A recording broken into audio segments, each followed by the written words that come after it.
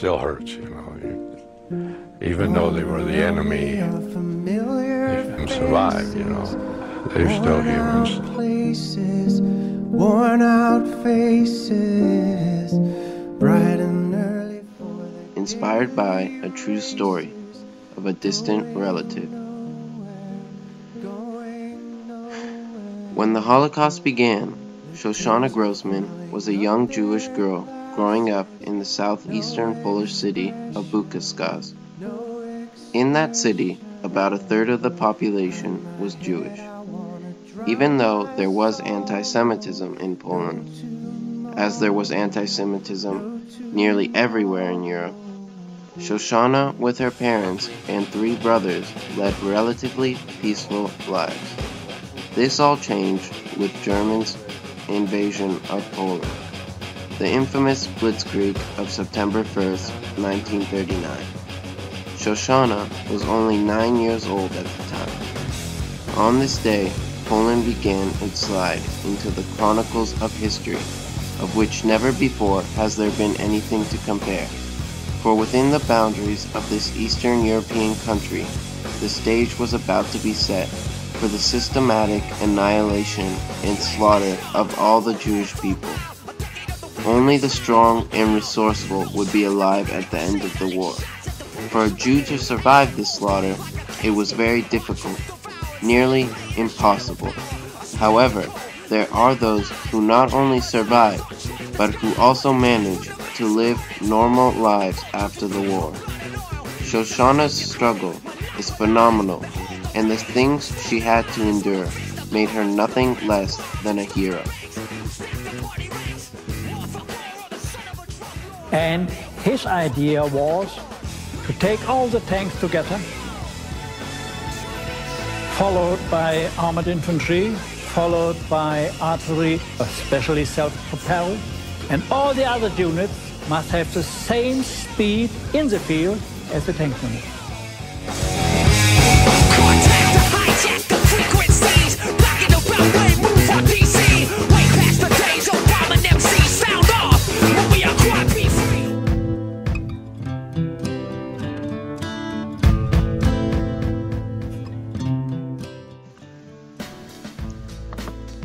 While Shoshana and her family lived their peaceful lives in Poland, they were completely oblivious to Adolf Hitler's manipulation of the German peoples. Hitler used conformity and culture to isolate the Jewish people as the others. He also used religious anti-Semitism that had been present in Germany for 1500 years, the theory of eugenics, and social Darwinism. This created a number of effects, including the ultimate attribution error and prejudice. This makes Hitler notorious for being able to successfully modify his people's social identity and schemas of the Jewish community. This eventually led Hitler to emplace a system of elimination of freedom, which he felt was necessary in conditioning of the German people to follow his genocidal beliefs. This meant he would slowly bring forth anti-Semitic laws, allowing him to eventually attempt to annihilate the Jewish people. On the evening of September 15, 1935, the most famous of laws emerged, the Nuremberg Laws. The Nuremberg Laws classified people as German if all 4 of their grandparents were of German or kindred blood, while people were classified as Jews if they descended from 3 or 4 Jewish grandparents. It also put exceedingly prejudiced rules into place, such as extramarital sexual intercourse between Jews and subjects of the state of Germany or related blood is forbidden. Hitler's sick mental set for the destruction of all Jews can be seen in his book, Mein Kampf, when he states that the personification of the devil as the symbol of all evil assumes the living shape of the Jew.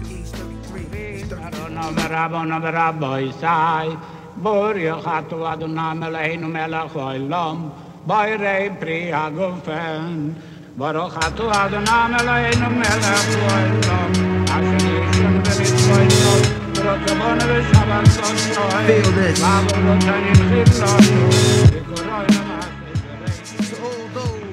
Kristallnacht, or the Night of the Broken Glass, was an anti-Jewish pogrom in Nazi Germany and Austria on the 9th to the 10th of November 1938.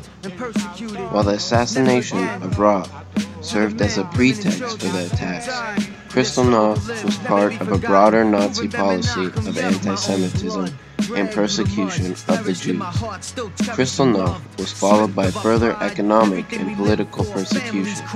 It is viewed by many historians as the beginning of the final solution, leading toward the genocide of the Holocaust. Although it is true Shoshana and many other Jews living in Poland were oblivious, it was only because their peaceful lives left them ignorant to warnings about Jewish persecution. When stories of Kristallnacht began to spread to Poland, Shoshana's friend in Vienna, Gerda Feldsberg, wrote to her saying, "All of a sudden, some boys pounced on me, and within an instant, the parents had arrived as well. They wanted to beat me and drag me out of the sandbox. My mother, who had been sitting on the bench, jumped up, grabbed me, and ran away with me."